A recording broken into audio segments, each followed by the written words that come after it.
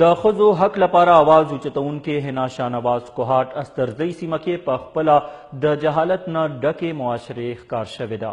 د خدای بخښلي ژوند په هکله ګورو د فضل کریم دا رپورټ.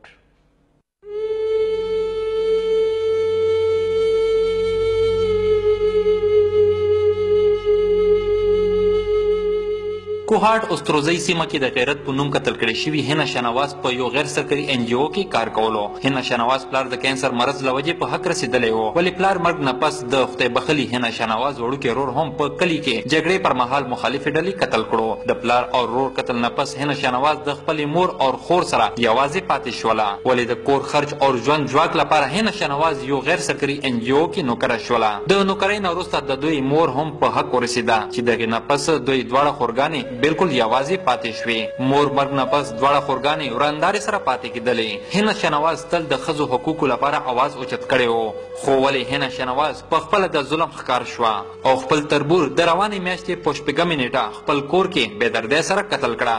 مقتولې خور فرین خان تاڼې ریپورټ تر مخه حنا شاهنواز خپل تربور NGO کې کار کولو نه منې کوله چې په دغې باندې حنا شاهنواز دوی قتل کړه.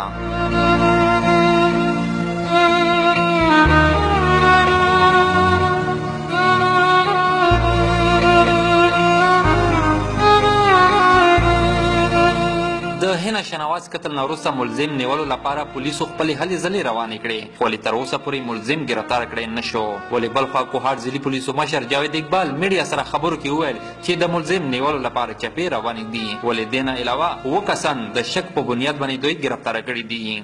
आपको जिस तरह पता है कि उस केस में कंप्लेनेंट हिना जो शहीद हुई है उसकी बहन है और बीइंग लेडी वो रिलक्टेंट थी केस रजिस्टर करने में, लेकिन हमने उनको ये हौसला दिया, तसल्ली दी कि पुलिस उसके साथ खड़ी है, ये जो जुल्म हुआ है ये अगर वो कंप्लेनेंट नहीं होगी तो स्टेट इसमें कंप्लेनेंट बनेगी, ये खुद मैंने कन्वे करवाया था.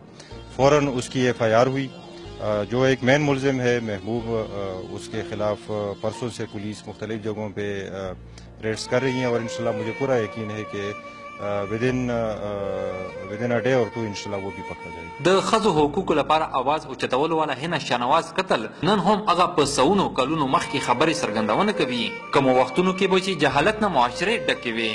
کیمرامین ماجد خان سره فضل کریم، خیبر نیوز، کوهاټ.